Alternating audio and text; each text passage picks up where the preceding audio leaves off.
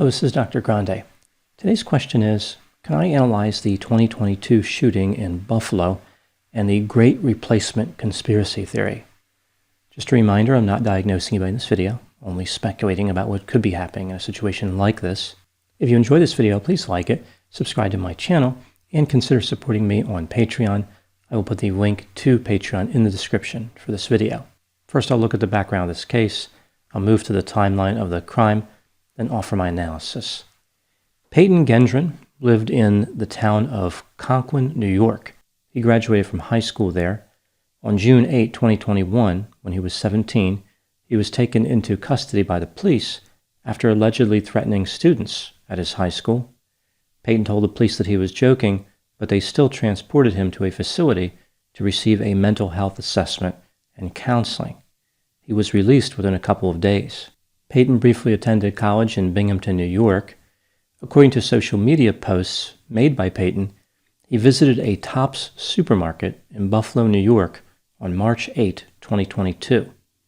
On his way there, he was given a ticket for driving 64 miles per hour in a 40 mile per hour zone. He entered the store several times and wrote about activity he witnessed. On May 13, he allegedly visited the supermarket again. He was wearing camouflage clothing. A manager at the store told him to leave because he was bothering other customers. The manager indicated that he was panhandling. Now moving to the timeline of the crime. According to the police, Peyton engaged in an attack that occurred on May 14, 2022, one day after he visited the store and was told to leave. Here's what the police said that he did. It's important to note that at the time of making this video, these are just allegations. At around 2:30 p.m., Peyton arrived at the Tops supermarket in a predominantly black neighborhood in Buffalo, New York. He had driven 200 miles to get there.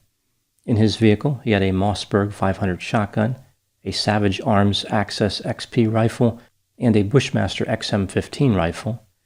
He exited his vehicle in the parking lot carrying the Bushmaster rifle. Peyton was wearing body armor, a helmet, and a camera mounted to his head.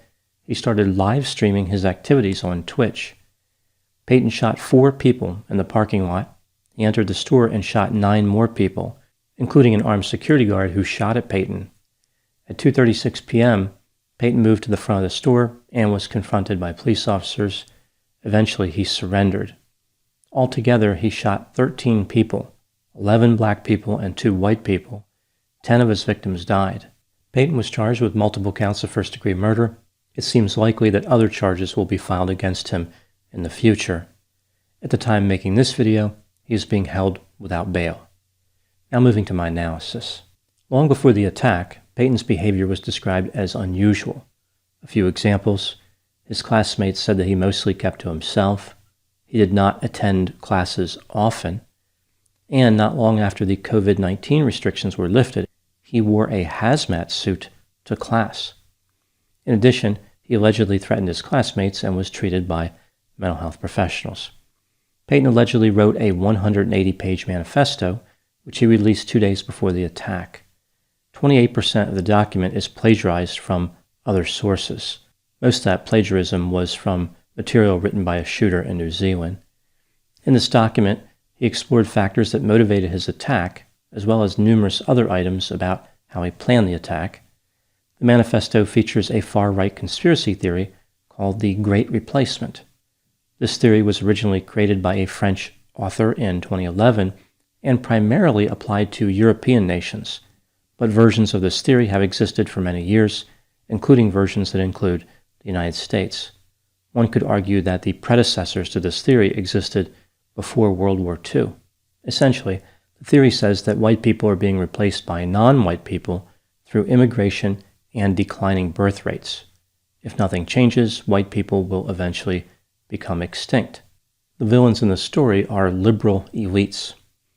One version of the theory that's popular specifically in the United States is that the Great Replacement is perpetrated to give Democrats an advantage in elections. So the motivation has a political component in this version. Several politicians have embraced this version, including Donald Trump. He added this to his collection of conspiracy theories, like the stolen election conspiracy theory. Interestingly, Joe Biden has also promoted this version of the Great Replacement conspiracy theory.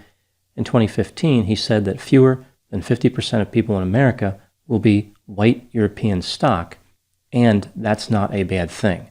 If he was just talking about the population change, that would have been one thing, but he added a value to it. He said it wasn't bad, and this fed into the conspiracy theory narrative. To be fair, I think that Joe Biden unwittingly promoted the theory. Unwittingly is a word that can be placed in front of many of Biden's actions. This conspiracy theory has also been linked to acts of violence, including the 2018 attack in Pittsburgh, Pennsylvania, that killed 11 people, the 2019 attack in New Zealand, which killed 51, and the 2019 attack in El Paso, Texas, which claimed 23 lives. Payton's manifesto claimed that black people disproportionately kill white people. He identified himself as an anti-Semitic fascist who was also a white supremacist. The manifesto indicates that Payton started planning his attack in January 2022.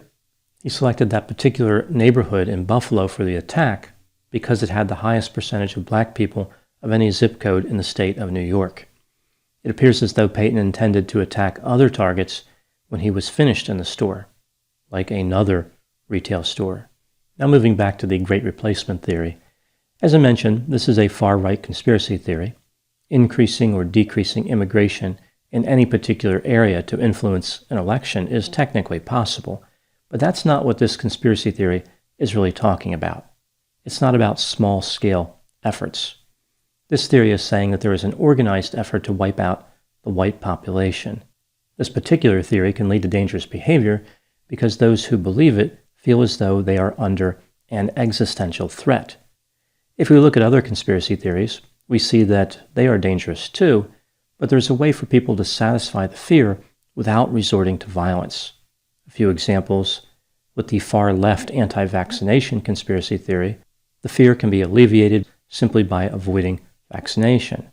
With the far-right flat earth conspiracy theory, believers are simply perpetually looking for proof that the earth is not spherical, like trying to conduct their own science experiments. Avoiding vaccination is harmful, and trying to prove the earth is flat is a waste of time, but these behaviors are not as dangerous as homicide.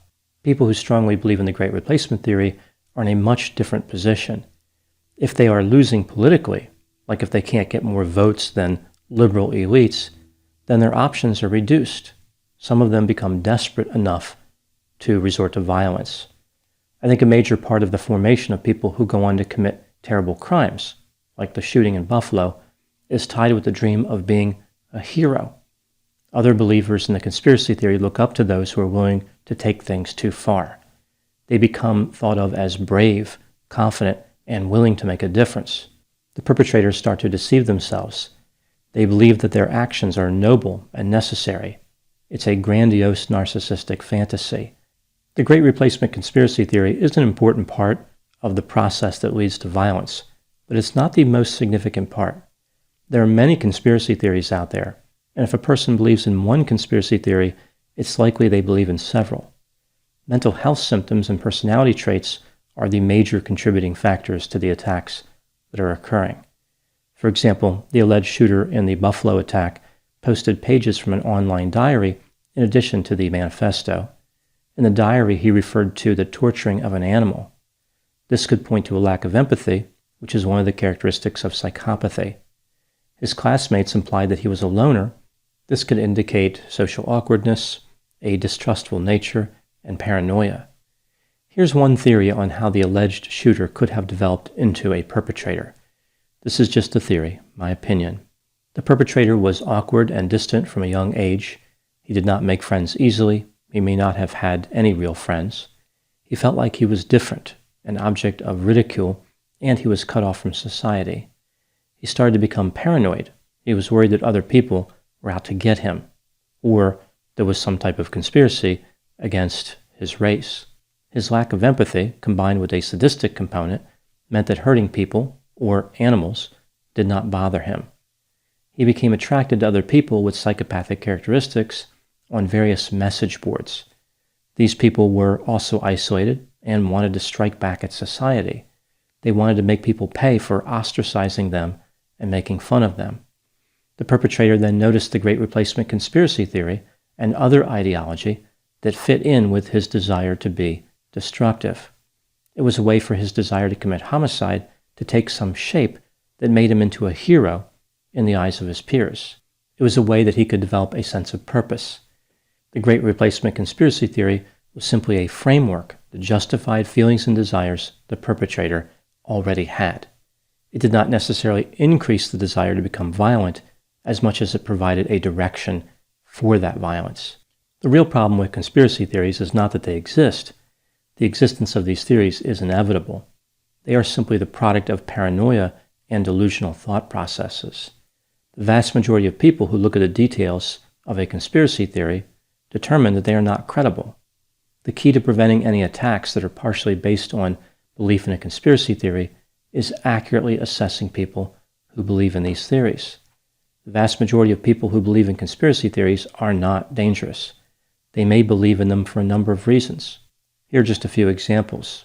Their family and friends believe in them, so they're just trying to fit in.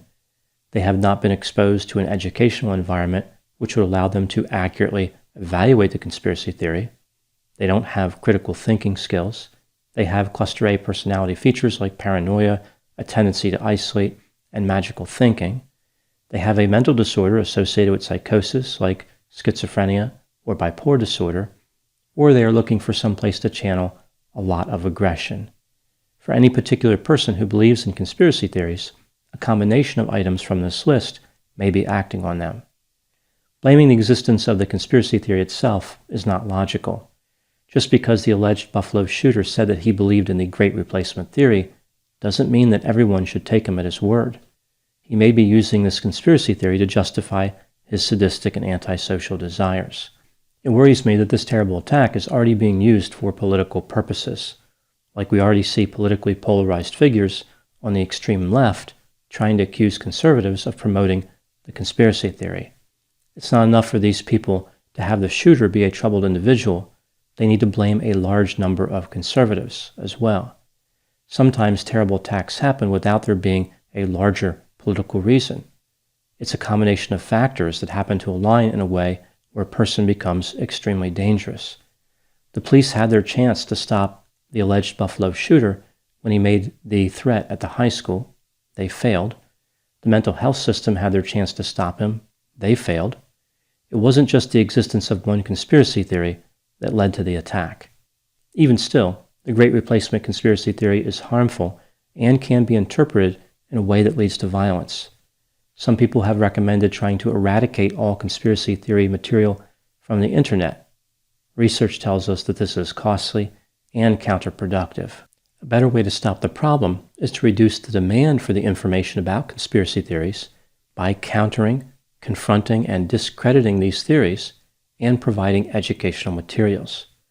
The way to combat these conspiracy theories is not for one political party to blame the other without evidence. This goes for those on the extreme right, accusing those on the left for trying to replace them, and it goes for people on the extreme left trying to blame those on the right for believing in a conspiracy theory, when most conservatives do not believe in the Great Replacement. It appears as though both sides are accusing their adversaries without evidence. There is a tendency these days for people to think the worst of others, to believe that others have banded together to hate the opposite political party. Rather than wait for that hatred to result in some type of problem, people decide that they're going to hate the other side first. This may be the most pernicious conspiracy theory of them all. Those are my thoughts on the 2022 shooting in Buffalo and the Great Replacement conspiracy theory. Please put any opinions and thoughts in the comment section. They always generate an interesting dialogue. As always, I hope you found my analysis on this topic to be informative. Thanks for watching.